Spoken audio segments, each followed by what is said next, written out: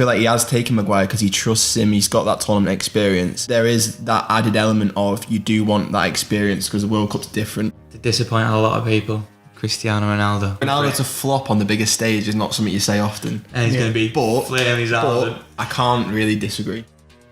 England, for me, are semi-finalists.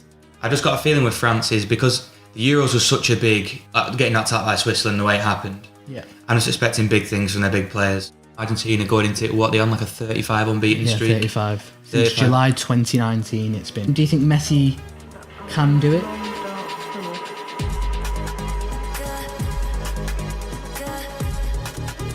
Hello and welcome back to the Tactic Talk podcast, a long-awaited Tactic Talk podcast. It's been a year or two since the last one.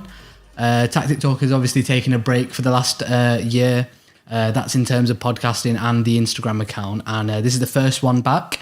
And what better way to get back into it than talking about the World Cup that's coming up in the next week or so. So without further ado, I'm joined with Jack and Luke, and we're going to get straight into it. We actually started our first ever podcast talking about Euros and England's chances for the Euros. Mm-hmm. And 2 years on, has it been 2 years?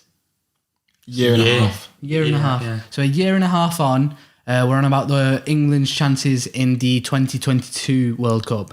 We're keeping this episode a bit briefer than the Euros one, so we're going to touch on England to start with, and then we'll move on because we're aware that British people talk about England as if like we're the centre of, but we're really not. We're not the favourites. But what can Southgate do with the players that have been selected in the last week to boost our chances and get past the group stage and get into the knockouts and hopefully to a final?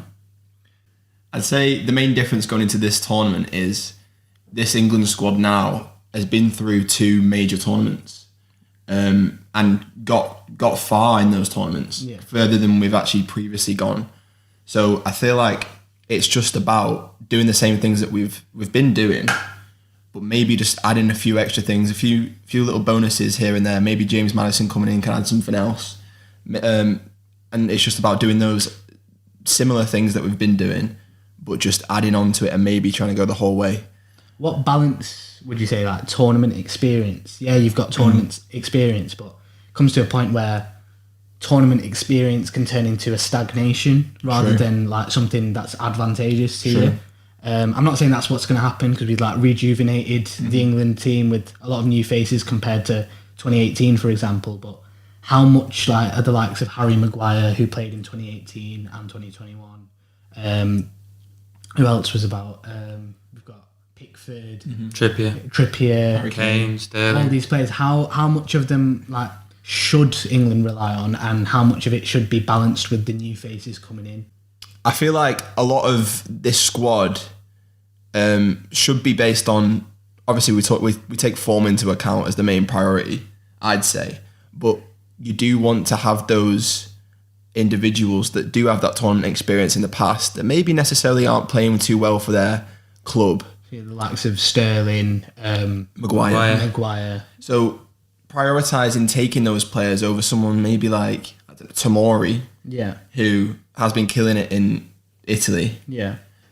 I feel like he has taken Maguire because he trusts him. He's got that tournament experience and he can go the whole way. He's proven that he's done it, even though he's not playing well for United, and he isn't. There is that added element of you do want that experience because the World Cup's different. So, taking that in, Luke, we've seen the likes of, the last World Cup winners, the likes of France, Germany before that, Spain before that.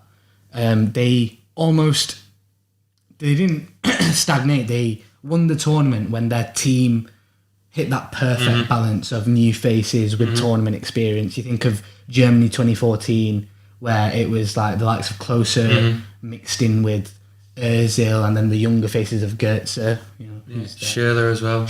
So, I'd say from that, obviously we're expecting a 5-3-2 or a 5-2-3 sort of spine.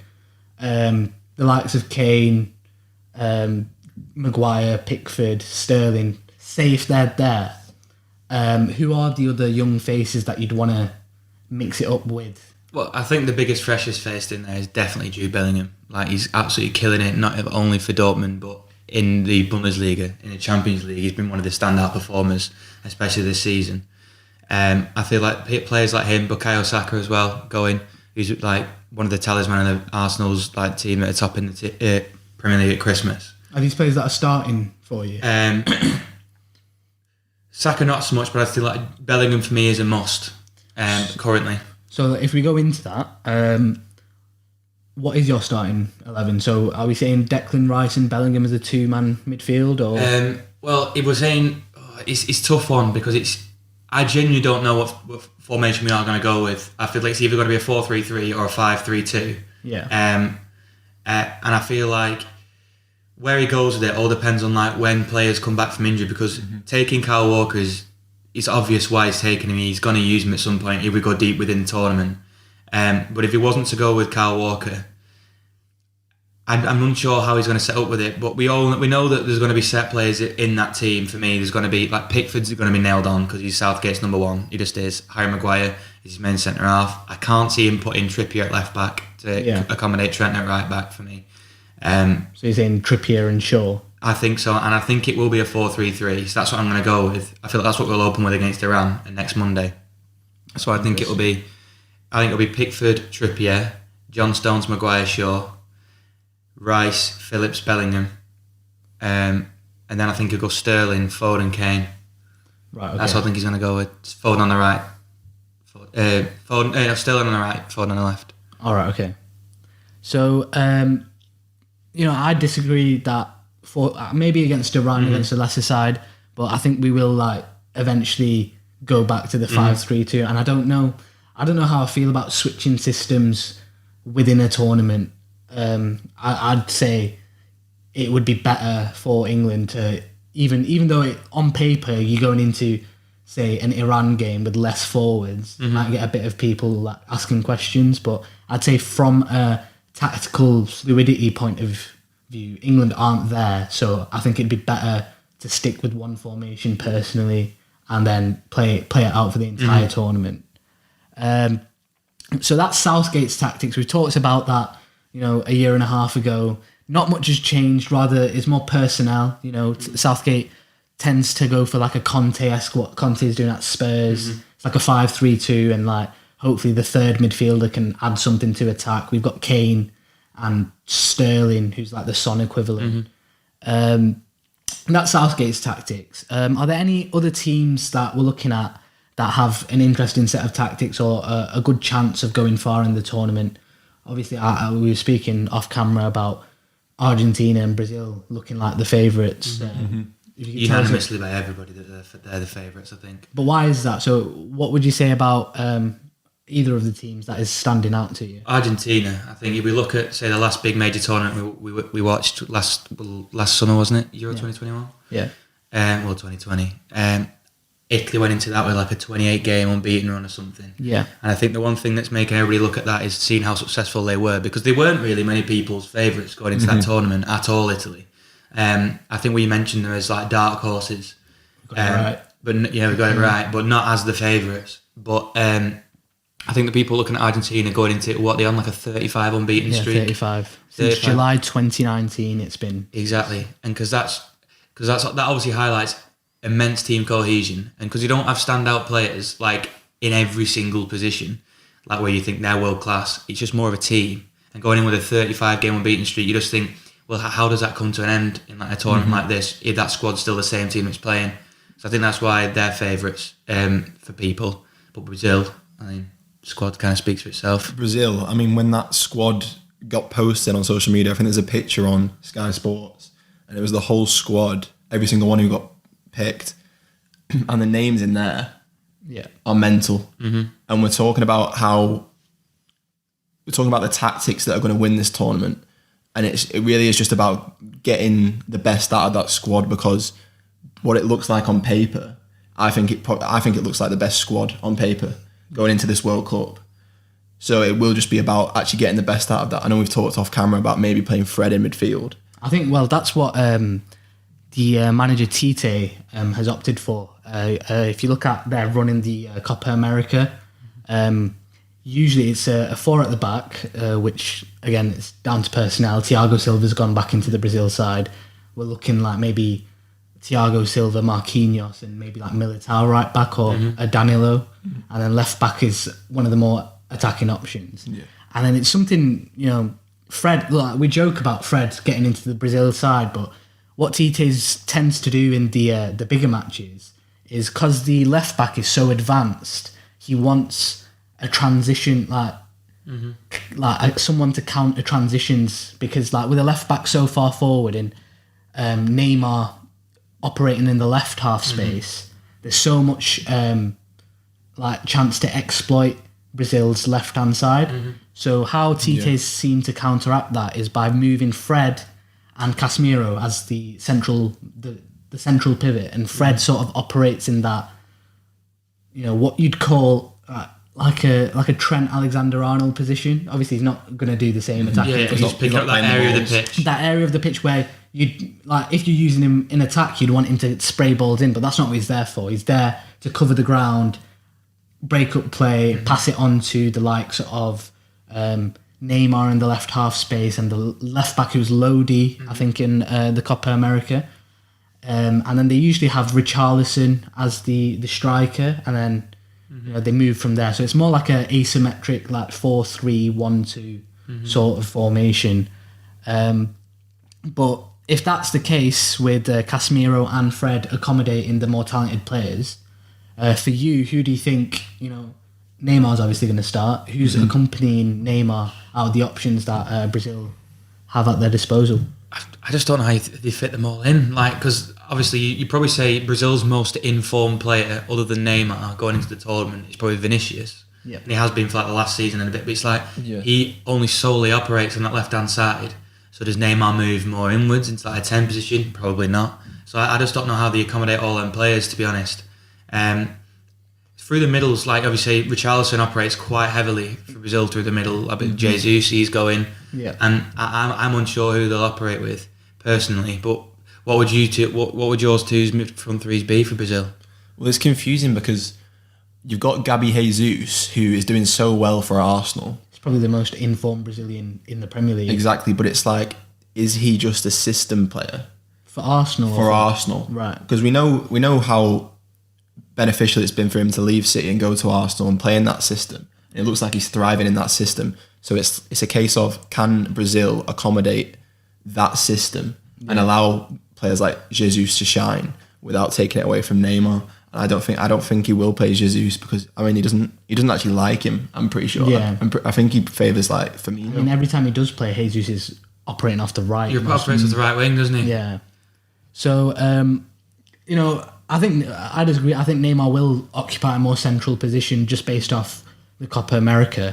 And with a 4-3-1-2, if you're looking at it just on paper, I think it'd be, say, the three in midfield. I'd say Casemiro, Fred, and I'm talking more like latter stages of the competition when you're playing the bigger sides. I think with the smaller sides, he'll play Casemiro and a bunch of attackers. Yeah. Because you can. He unlocks people. And then Casemiro, Fred.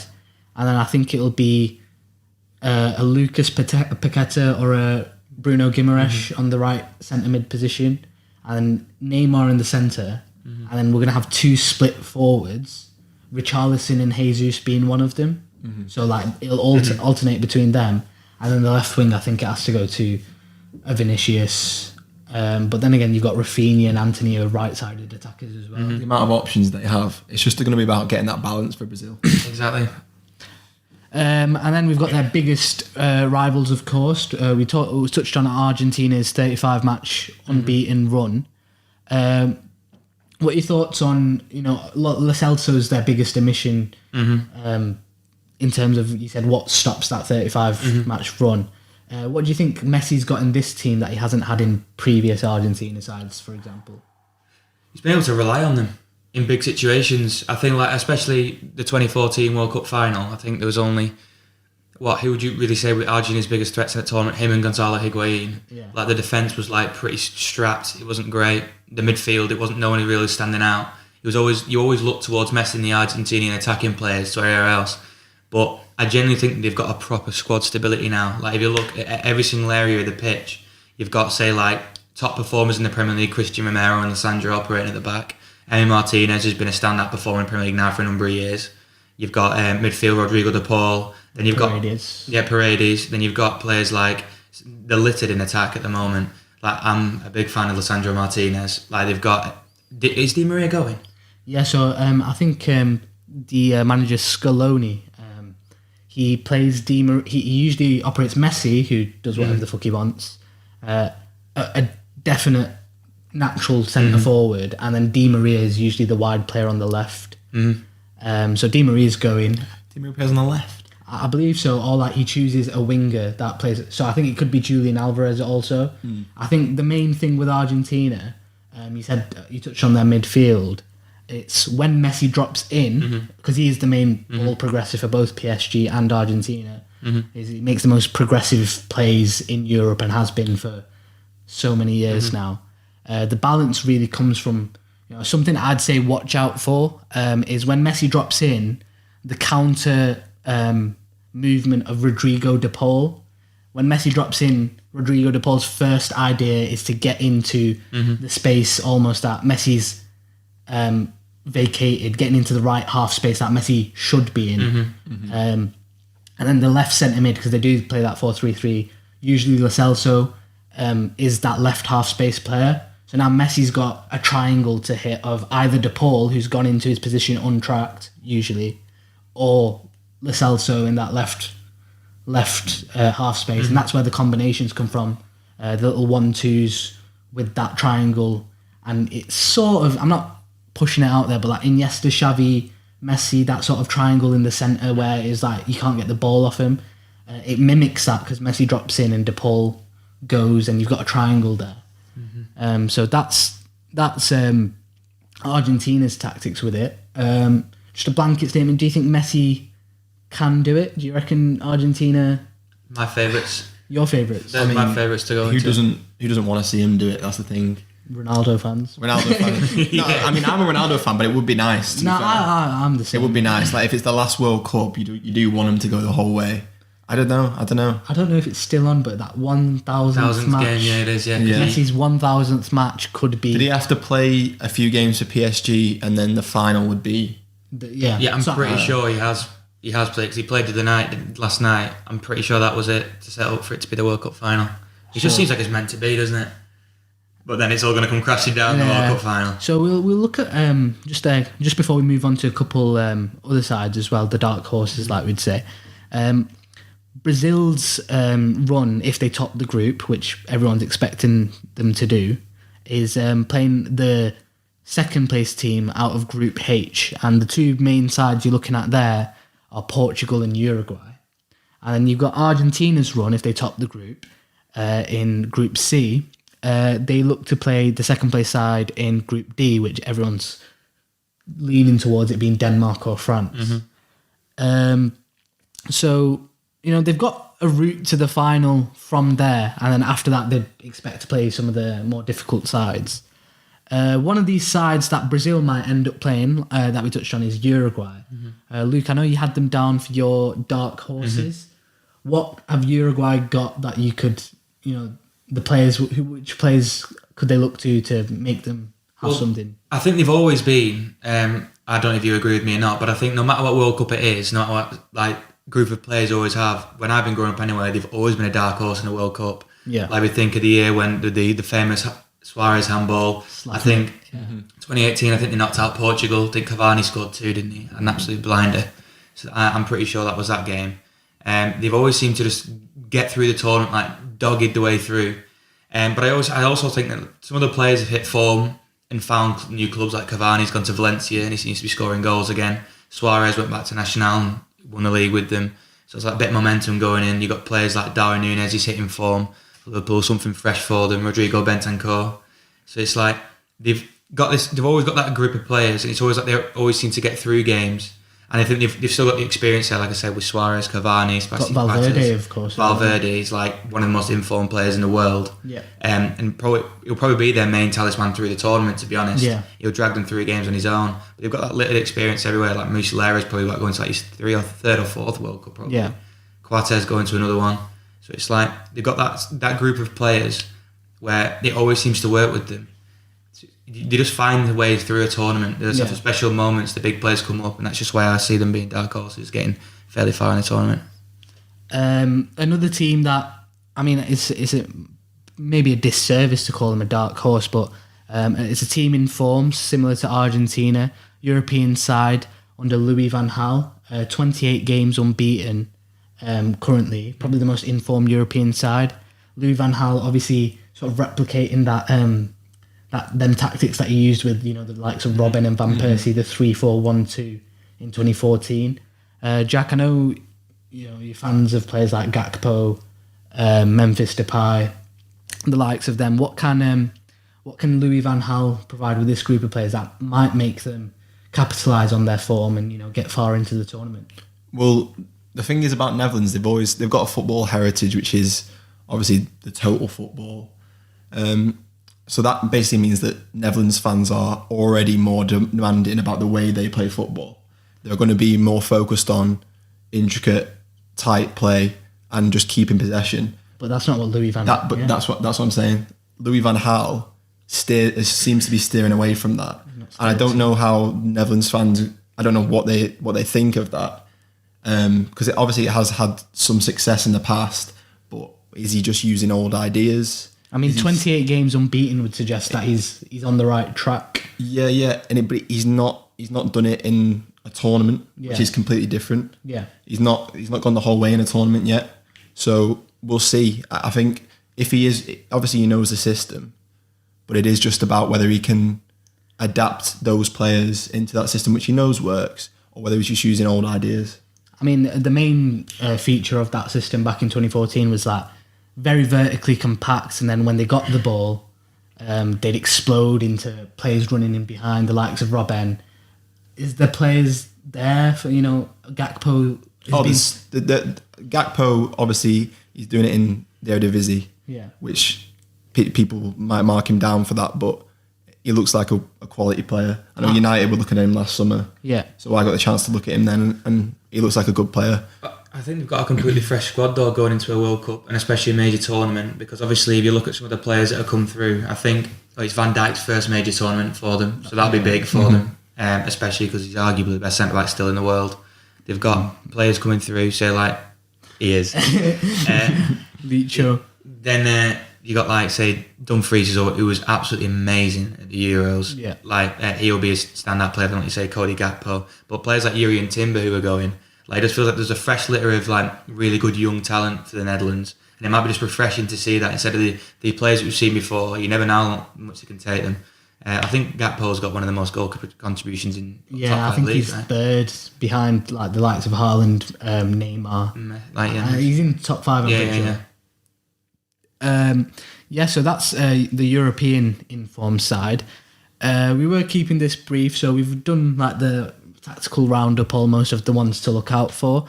So I will go straight to it. Luke, who are your semi-finalists, your finalists, and then your eventual winner? And then same for you, Jack. So I think for semi-finalists, I'm going to say my first semi-finalist, I'm going to go Argentina versus Brazil. And the second semi-final I'm going to go for is France versus Uruguay.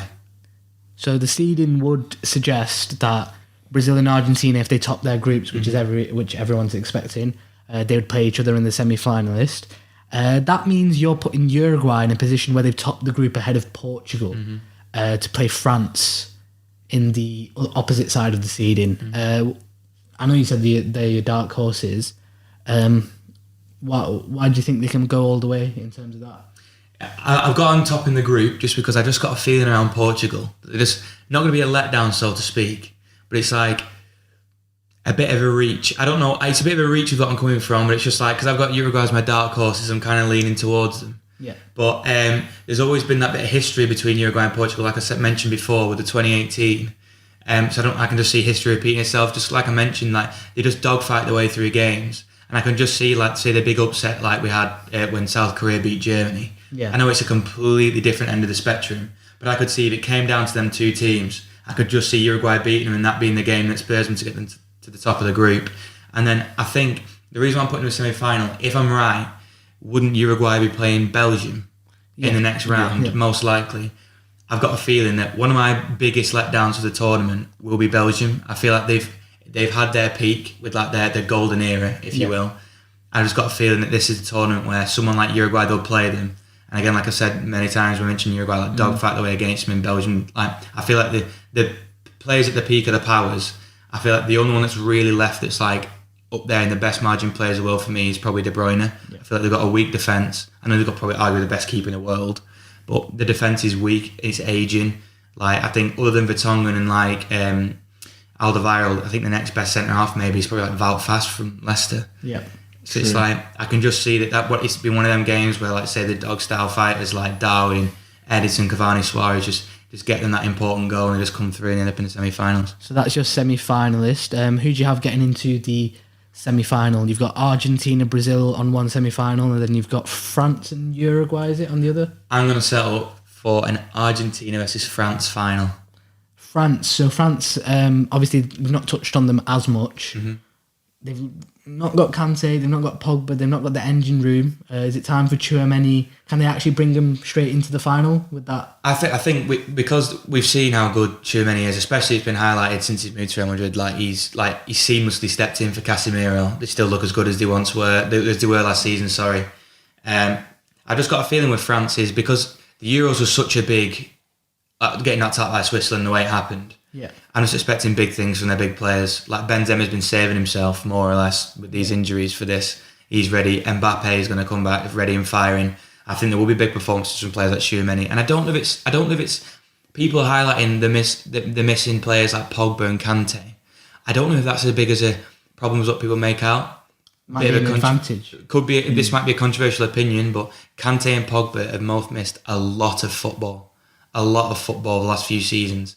It might do them good to just refresh, do something different, something new with the team. They've got quite a lot of players coming through. They've got a refreshed back line at centre half with some new players coming in. But I'm excited to see how the players like say Tchouaméni do and stuff like. And Benzema I can't remember Benzema ever having been in the World Cup for me. There's no memory of him. Yeah, I don't know if he has a major tournament for France with all the stuff that went on. Yeah. So I think I can just see them just stepping up and surprising people because I feel like people have really downplayed them when I don't think they really needed to. So I think you summed up France quite well there. I just want to quickly say I disagree, and I think France will be one of the major letdowns. I might be, biting my tongue right now, but I think there might be a bit of a letdown not playing the greatest football to see off Deschamps' last tournament with the side. So that's your final. You obviously said Argentina the winners. Yeah, before I said they're my favourites, I'm going to go with it. And Messi wins his World Cup and cements himself as the GOAT. The GOAT. If he does, he does it. Jack, you might be the same. You might not. What's your semi-finalist, finalists and winners? No, I think I'm actually quite similar. In some areas. For me, we'll just talk on... I know we've talked about England, but England, for me, are semi-finalists. So that would seed them on... That would see them... the opposite side of as you've said, you think France potentially... You think France. As you've said, you think France are going to be a major letdown. And I'm looking at that run. If England do finish top of the group, all they have to do is beat Senegal, or Netherlands, depending on... Who do look okay. Yeah. And then they have to beat France. Who we've talked about them potentially being a disappointment. So England's run then isn't really too bad, in my opinion. I think they finished top of the group. They beat Senegal. They have one major test in France, and then they cement themselves in the semis against. So you've got Brazil, Argentina on the opposite side, and then England against Germany. Germany for me, and I say this because everyone seems to be overlooking Germany because of previous tournament performances. However, they've got certain players that are coming through, players like Jamal Musiala, who does look like a talent, and maybe he can add something in that midfield. I do think he plays for Germany. Yeah. So yeah, I think Germany do make it to the semis for me. And then we have Brazil on the other side, who have to beat Spain. Yeah. And I don't think Spain, based on the squad I've seen that's been published, players like Thiago, players like De Gea, Gerard Moreno has been left out. I don't think Spain really have much to offer. I know that could bite me in the arse a bit later on, but I think Brazil beat them and they're the third semi-finalist. And then I'd also agree with Argentina. So then, who's getting into the final? I'd say Argentina. I don't think England go to the final again. I actually think Germany go to the final. A repeat of 2014. I think it will. I think the redemption of Argentina inject it into my veins. is in the final. Messi wins it, and Shits on Germany. everyone's happy realistically because they've beat Apart from the England. Germans. Yeah, they beat Germany. Have beat England on pens probably. Yeah. And then Argentina, Yeah. Messi wins the World Cup. Right. I want to be something different. I want to say Brazil win the World Cup. Neymar shits on Messi. It's kind of the unanimous favourites, aren't they, Brazil, for everybody? I think you've covered all the teams, all the potential routes quite well. I'm just going to say Brazil hit the final. And that'd be a nice way for Neymar to sort of tail off his Brazilian career as well.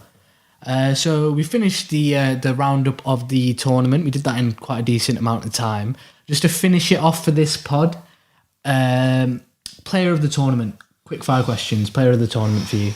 Just straight up, no explanation, just one answer. Yeah, a bit of explanation. Okay. Don't leave us hanging. I'm gonna say If you're saying Argentina winning, it's got to be Messi, isn't it? yeah. It's got I to mean, be. it's Messi. I just think if they win it, he's going to Golden be the Boot main. winner?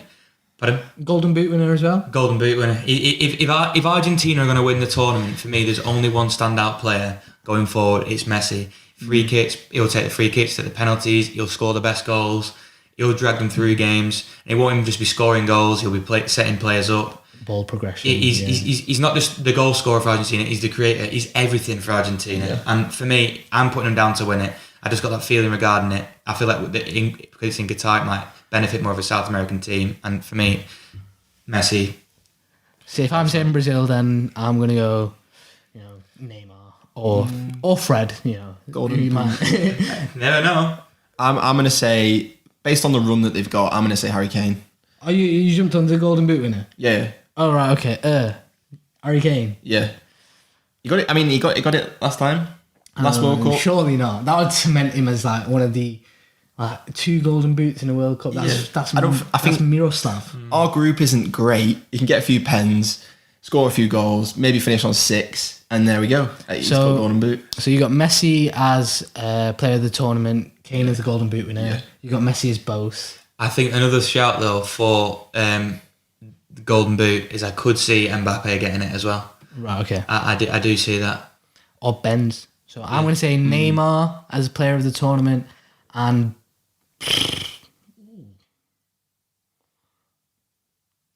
I'm going to say Messi as Golden Boot winner. And then young player of the tournament. Got a few names about there. We've mentioned a few already. I want to say Bellingham. I was just about to. He was on the tip of my tongue. I want to, but it's another one of those things. Like, we've not seen him. We've not seen him for England like at that level yet. He's young. World Cup. It'll be a massive test for him. If he can get it, fair enough. But I'm gonna say Musiala. I wanted to say Bellingham so much, but I feel like again it just feels like such English bias to them sort of players. But I think we touched on it before, but I wouldn't be surprised because, like we said, we've highlighted France's midfield so much. I think if we saw solid standout performances from Tchouaméni, I think it could easily be him. And I think this could be the tournament where he announces himself as like one of the elite level midfielders. Right. Okay. So I'm actually going to go with Aurélien Tchouaméni. I agree with Jack. I think it'll be Musiala. I think he'll bag a few goals, do decent. Then we've got biggest failure / disappointment. It could be manager, could be player, could be team. and then we've got one more after that. So biggest failure as a whole. You sort of touched on a few. Yeah. I think I said France were the biggest disappointment. I don't know how much I stand by that. No, but you can make You said claims. Belgium. You said Belgium. I think Belgium won, but I've also got a player in mind. Who's your player? To disappoint a lot of people, Cristiano Ronaldo. Ooh! Why is that? I've just got what I've seen from Ronaldo. Especially this season, been a massive letdown. And like I've said Portugal aren't going to be that good this tournament. So I'm going to say Ronaldo is not going to have a good tournament. And that's, How many does he bag? Please say 0. I don't think I can say 0. I'm going to go maximum 2 for Ronaldo. Maximum 2. Call me crazy, but I'm saying it. Ronaldo, bad tournament. Got to go with the left of the shot and going Ronaldo for to flop on the biggest stage is not something you say often. And he's going to be flaring his arms. But I can't really disagree. I can't disagree. I can't wait for him to win the World Cup. I know what he's saying. So who's your biggest disappointment? You're going to go with Ronaldo? No. I'm gonna go. You said a player. I'm gonna say a team. Yeah. We said him last time for the Euro podcast. I'm pretty sure. I just don't think Spain. I got my face for that. For the Euros, I said that, and then they got to the semi-finals, didn't they? But I can see where you're coming from there. I just don't think Spain. I look at. I don't know. There just seems to be like a. Well, this is quick fire, isn't it? Yeah. We can talk a lot about Spain, but You just don't like I just don't like Spain. Apparently. And then we've got final one, sort of like the unexpected star of the tournament. Like, I know James Rodriguez was quite a talent in 2014, but someone like that where you're just like, fuck me, like he's fair decent. I wrote down for me Cody Gakpo. Rate that. He's not. I think he's 24, 23, so he's not qualified for the young player of the tournament. But I think, if Louis van Gaal does somehow manage to keep his 28 game unbeaten, like carries that momentum, I think, he might go on to not start a match for Netherlands, but I think he will impress, and I do think he will earn a big money transfer move, probably to Man United in January, based off that. So that's my player.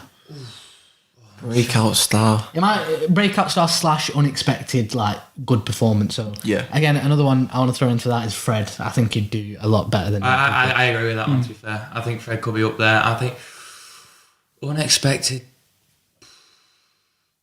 There's a lot of do you know what? I'm going to go out and say it again. I'm going to go back to Argentina. One person I think I don't, not that he doesn't get the respect he deserves, but I genuinely think he's that good. But I think Christian Romero's going to have a brilliant tournament for Argentina. So when you say unexpected performer, I think when you look at that team, obviously we've highlighted how Messi's going to do everything. But I think when we look back at it, I think we'll see solid defensive displays, and I think that'll be.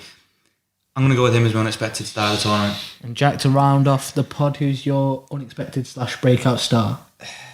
It's a bit of a weird one because it's a goalkeeper. It's Emi Martinez. And I know he's not a breakout star. I know he's obviously he's known, but I feel like in major knockout tournaments, you need a solid goalkeeper who can get you through shootouts, make massive saves. And I think if Argentina want to win this, then he needs to have an unbelievable tournament. Let's go prime. So he'll be Aston Villa and then Real Madrid. That's my massive claim of this video. All right. Yeah, so that was our World Cup predictions. Get yours in the comments below. Obviously, we'll have this clipped out and put on Instagram, along with the Tactic Talk comeback that we're making back into Instagram. Let us know in the clips that you see or on YouTube your opinions on who's going to win the World Cup, breakout star, young player of the tournament, golden boot, all of that. And yeah, hopefully we'll do another one, maybe mid-World Cup towards the end. And let's see how wrong we've got.